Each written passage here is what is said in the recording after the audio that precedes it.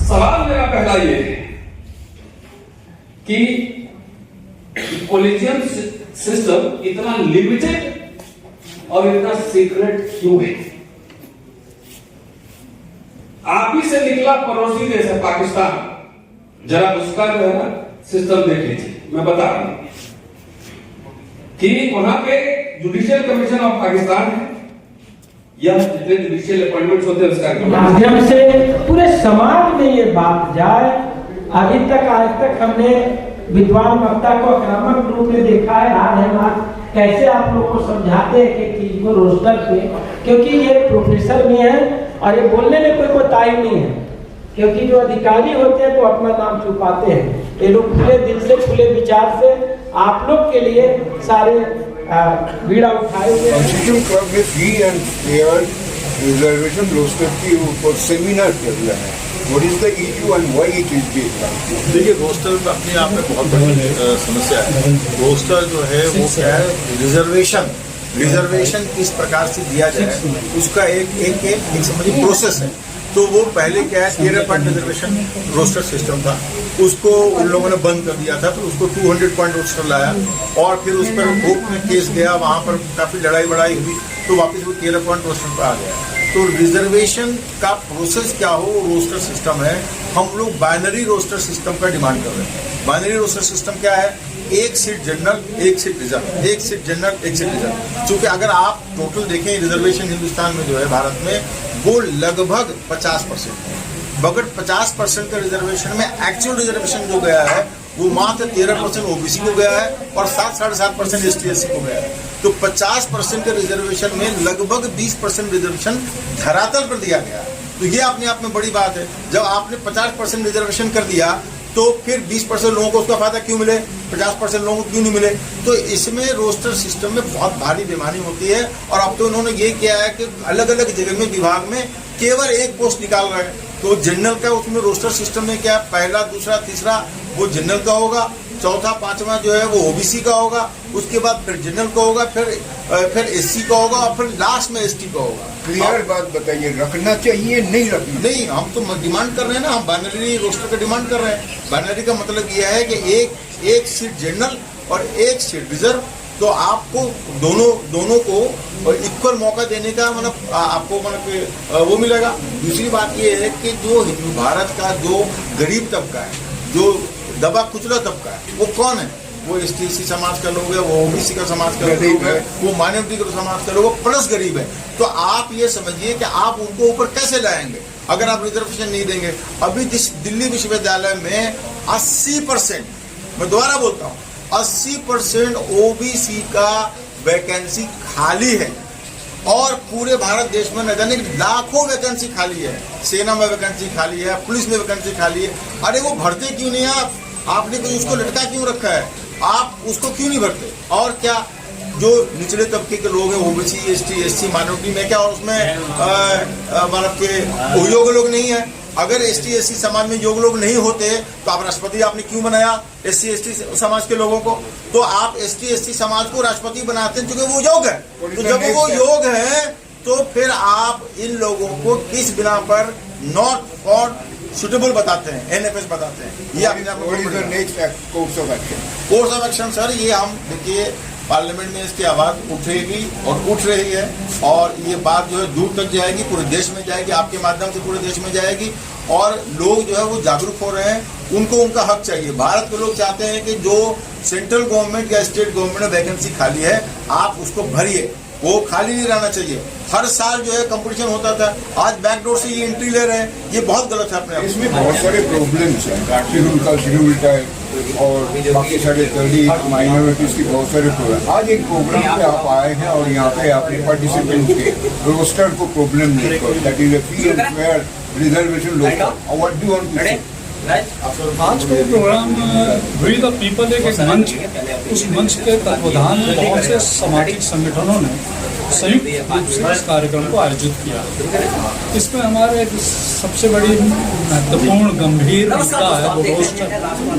Roster एक ऐसी ढाल है मनुवादियों की, ब्राह्मणवादियों की, मैं साफ बोलूँ मैं क्यों, तो ब्राह्मणवादियों की एक ऐसी ढाल है तो दलित, बैकवर्ड और शेड्यूल्ड ट्राइब्स के लिए को दबाने का काम करते हैं, उन्हें पिछाड़ने का काम करते हैं। तकनीकी रूप से वो अपने आप को एक सुपीरियर बनते हैं कि सारा ज्ञान, सारा संविधान की नॉलेज उन्हीं को है। जब हमें 49.5% आरक्षण का प्रावधान हमें मिला हुआ, अगर ये हो क्या समझ लो, मान लो 50% से थोड़ा सा कम है, बाकी तो उन्हीं का है, जनरल कैटेगरी के लोगों का, और उसके अंदर भी उनका EWS जो गरीबी रेखा के नीचे रहने वाले लोग, वो स्वर्ण जाति के लोगों को 10% आरक्षण मिला हुआ, यानी कि 50 वो जनरल कैटेगरी का 10%, ये अलग रिजर्वेशन 60% तो रिजर्वेशन का मजाक इन लोगों ने बना रखा है। और हमारे दलित पिछड़े और शेड्यूल्ड ट्राइब, OBC, ये जितनी वर्ग है तो देश की कुल आबादी का कम से कम 75% है। अगर हम माइनॉरिटी को भी इसमें जोड़ दिया जाए तो 85% हो जाएंगे। लेकिन माइनॉरिटी के अंदर भी अपना पसमानदा मुस्लिम को भी रिजर्वेशन OBC के कैटेगरी के तहत मिला हुआ है। तो ये सब चीजें हैं। 75 साल हो गए हैं देश आजाद हुए, 76 साल, आज भी ये सब चीजों को लेकर बड़े दुख की बात यह है कि इसको सुधार नहीं हो रहा है। ये ब्राह्मणवादी ताकत अभी जो है अपना स्थान बदलते रहते हैं, मौका पहले ब्राह्मणवादी ताकत किसी और के साथ मजबूती के साथ खड़ी थी, और जहाँ वो खड़ी थी वहाँ भी दलितों का शोषण हो रहा, और पिछड़ों का शोषण हो रहा, का शोषण हो रहा। अगर शोषण नहीं हो रहा होता तो डॉक्टर राम मनोहर लोहिया या बाबा साहब भीमराव अम्बेडकर आंदोलित वो केवल एक लड़ाई लड़ने की बात करते हैं। अगर जो कि वो पिछड़ा वर्ग 100 में 60 डॉक्टर का ही नारा रहा, जैसा मैंने आपको बताया, वो भी बैकवर्ड क्लास की लड़ाई, शूद्रों की लड़ाई लड़ते रहे। देश में लगभग 49% बहुजन समाज पार्टी का उदय ना होगा, जनता दल का उदय ना होता, किसके खिलाफ उदय हुआ? लेकिन आज वही ताकत विपक्ष पर रह के आज तो सामाजिक न्याय के इन्हीं मुद्दों को साथ खड़ी जातिगत जनगणना को लेकर जिस प्रकार कांग्रेस ने लड़ी है, और सराहनीय बात है। अब उनको समझ में आया है सही राह पर चल रहे हैं, अब वो बहुजनों के साथ चल रहे, बहुसंख्यक लोगों के साथ, पहले वो थोड़े से लोगों के साथ चलते हैं, लेकिन बड़े तकनीकी रूप से राज करते हैं। तो लड़ाई इस चीज की है कि जब हम अपने हक अधिकार की बात कर रहे हैं, ये सरकारों की आप लोग हमारे हक अधिकार के खिलाफ क्यों हो जाते हैं? जबकि जब आपको 10% आरक्षण स्वर्ण जाति का दिया गया, कोई भी दलित, पिछड़ा, कोई भी schedule caste, schedule tribe, OBC का आदमी नहीं बोला, बल्कि वेलकम किया। तो अब हम अपने अधिकारों की बात करते हैं। आज भी 12.5% कोटा पूरा नहीं है दलितों का, शेड्यूल ट्राइब्स का।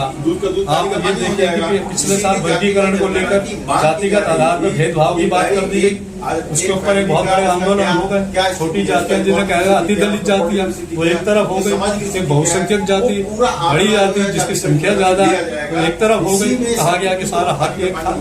अरे भाई, जब आप एजुकेशन का भी अधिकार बाबा साहब भीमराव अम्बेडकर ने दिया, मैं UPSC क्लियर ही नहीं करूंगा तो मैं कैसे IAS IPS करूंगा? बात यह है कि जो UPSC क्लियर कर रहा, चाहे वो दलित है, शेड्यूल ट्राइब, अगर जो क्लियर कर रहा है उसे आना चाहिए। अब वो इस बहाने से, अगर कई बार तो वो बहुत जातीय दलित जातियां भी जो जाति होती है वो भी कभी कभी इनकी कंडीशन फिल नहीं करती, उनको हटा देते हैं, फिर एक नया एडवर्टीजमेंट निकालते हैं, उसके बाद अगर उसमें भी कोई वो नहीं होता पीछे कर देते। तो बड़ी साजिश रची जाती है हमारे साथ। और संसद के अंदर अगर हम अपनी बात, आज संसद पार्लियामेंट चल रही है, 4 दिन से पार्लियामेंट चल रही है, इस पार्लियामेंट में काम क्या हो, कौन सुन रहा है?